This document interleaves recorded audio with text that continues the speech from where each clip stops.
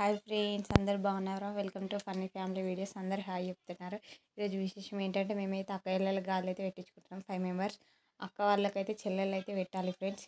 ఇప్పుడైతే మా చెల్లెళ్ళు ఇట్లా అందరు పెడతారు. ఫుల్ వీడియోని చూడండి ప్లీజ్. మా ఛానల్ కూడా సబ్స్క్రైబ్ చేయండి.